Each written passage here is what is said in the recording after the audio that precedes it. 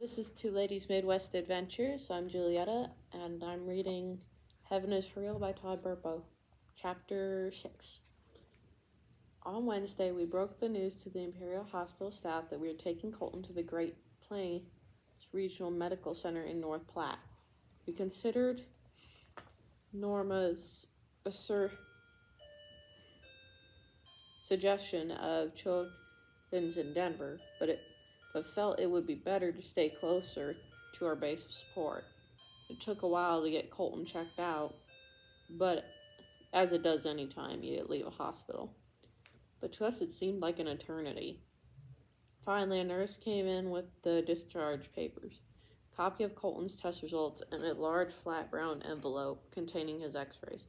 Sonia called ahead to the office, and pediatrician Dr. Dell Shepard to let his staff know we were coming. At 10:30 a.m., I picked Colton up out of the hospital bed and was shocked at the limpness of his body. Felt like a rag in my arms. It would have been a great time to panic, but I kept my cool. At least we were doing something now. We were taking action. Colton's car seat was strapped into the back seat of our SUV. Gently I laid him in, wondering as I buckled him in how fast I could make it the 90-minute trip to North Platte. Sonia climbed into the back seat. Curry Blossom. Naughty. Little Mo. Naughty. No mo. Okay. No mo. No mo. No mo. No mo. No mo. Little Mo. All Little right, Mo, back to get work. over here. I need a hug. You forgot a child. Back to reading. Okay. Sonia climbed into the back seat with Colton, armed with a pink plastic hospital dish for catching vomit.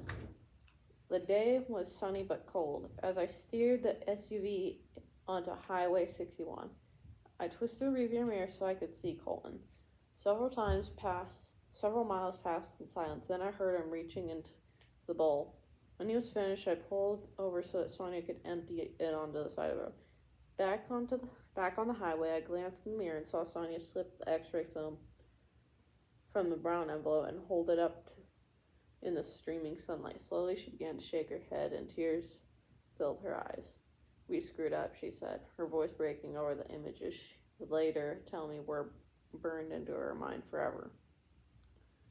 I turned my head back enough to see the three small explosions she was staring at.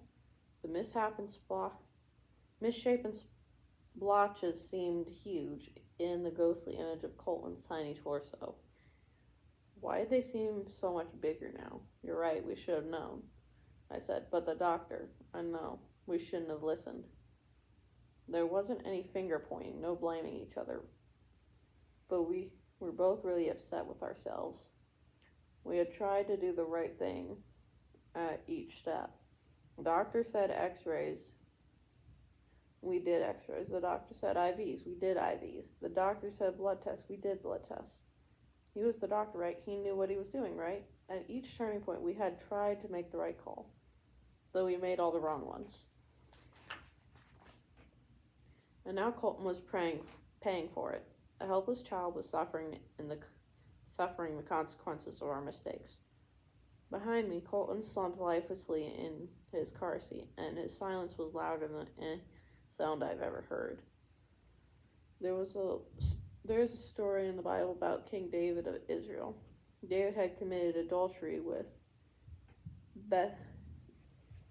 Bathsheba, the wife of Uriah, one of David's trusted soldiers. And then, in an effort to cover up his sin, David sent Uriah to the front lines where David knew he would be killed. Later, the prophet Nathan came to David and said basically, "Look, God knows what you did, and here are the consequences of your sin. The child that you and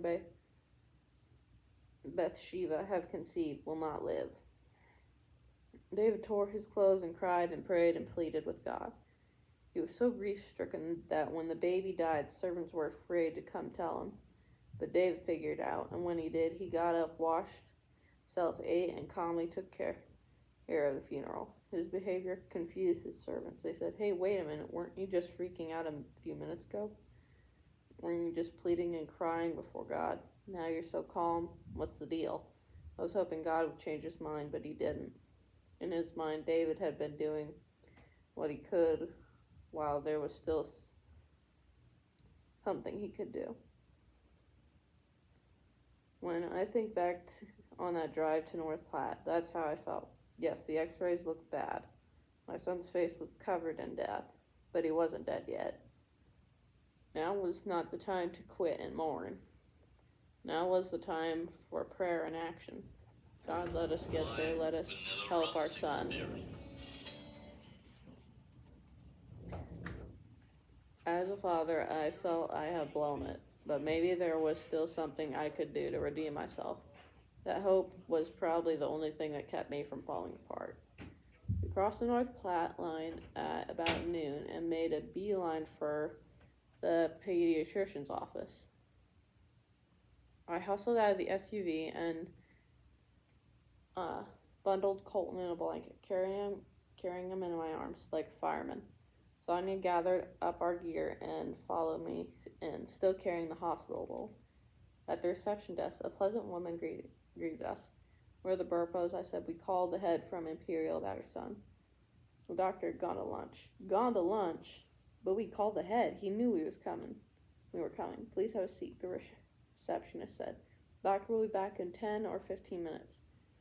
Her routine matter told me that she did not feel our urgency. Then inside me, a rocket of anger went off. On the outside, though, I kept my cool. I could have screamed and hollered, but it wouldn't have done any good. Also, I'm a pastor. We don't have the luxury of publicly losing it. Gotta keep the good reputation. Sonia and I found a seat in the waiting area. And 15 minutes later, the doctor arrived. He had the soothing appearance of maturity, silver-haired, glasses, a trim mustache. The nursing staff ushered us back to an exam room. When Sonia handed him the packet of tests we brought, along with the x-rays, he examined Colton so briefly that it occurred to me he might be making up for lost time. "I'm going to order a CT scan," he said. "You'll need to head across the street to the hospital." He meant the Great Plains Regional Medical Center. 10 minutes later, we found ourselves in the Imagining Clinic, in perhaps the most important argument of our lives. That is the end of chapter 6. Like and subscribe.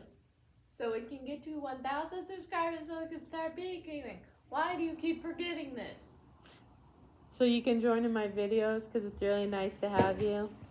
I already have. This chair is fragile. What are you doing?